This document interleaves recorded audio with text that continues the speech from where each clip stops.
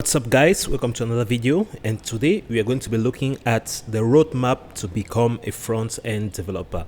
So if you want to become a front-end developer, or if actually you don't even know what a front-end developer is, then I'm going to take a couple of seconds to explain that to you right now. So basically a front-end developer is the person in charge of building everything you see on a website. So everything you see whenever you go online, it's the job of the front-end developer not only to create that design but also as well as to build it and code it. So we're going to see the roadmap that it takes for you to become a front-end developer. And so let's just go ahead because it's quite a long journey. And so a front-end development has to do with the web. And when you talk about web, you mean the internet. So yeah, your journey has to essentially begin with what the internet is and what it does. So once you get into the internet, you explore these different things, and then now you move on to learning the basics of the web, which are HTML, CSS, and JavaScript.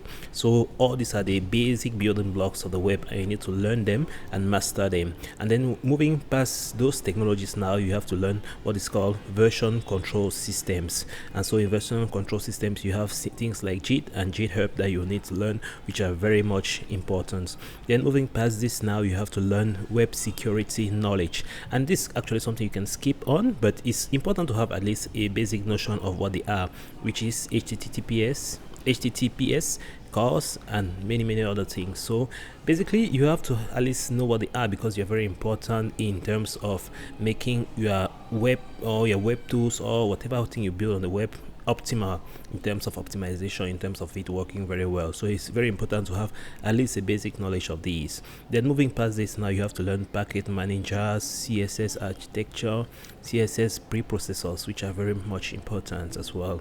Then after this, now you have to move on to build tools. You pick a framework as well.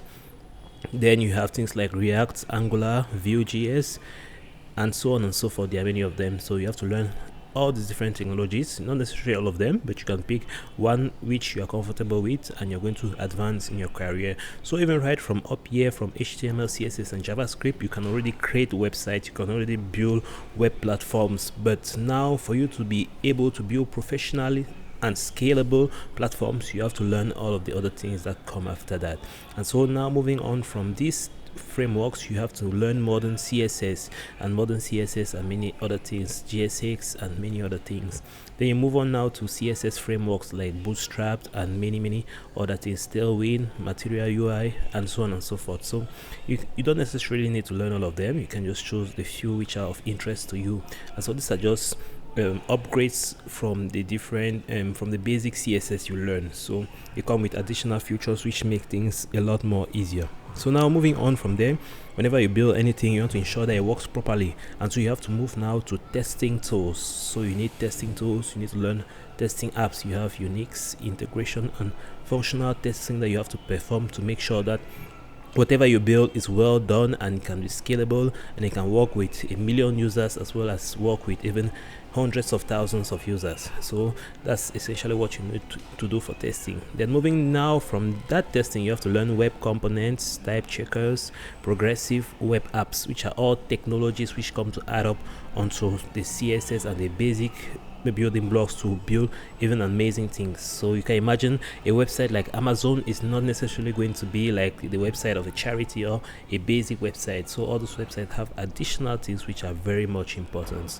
And then moving from there, now you have server-side rendering, which you need to learn, which is something very important. So I'm not going to go into the details of all of these, but there are actually notions you have to keep at the back of your mind when you want to call yourself a front-end developer.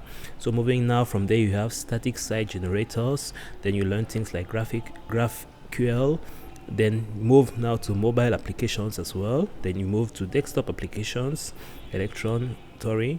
Then if you want to go a little further and really have a PhD in front-end development, you can now learn web assembly, and you keep on learning other things. So as you can see, there's a lot to learn before you can call yourself a front-end developer. So don't necessarily get intimidated by all what you see here. Actually, many of these things you see bundled together are actually optional. You can choose one or the other. You don't necessarily need to learn all of them. For example, here React, Angular, Vue are all quite similar, so you don't need to learn the theory of them. You can just pick one and learn them. For example, Tailwind, Material UI are actually the same things but in different ways. They're implemented in different ways, so you just need to know one and you master it, and that's whatever you use.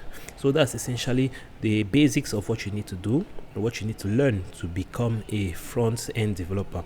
And once you master all of these things, then you can really say you've already reached at that accomplishment. So it's not an easy task. It's going to take you a lot of years of studying, a lot of years of practicing as well, but at the end of that wonderful journey, you can call yourself a front-end developer. So hopefully you're able to embark on this journey and reach up to the end, and hopefully you enjoyed the video. Catch you on the next one.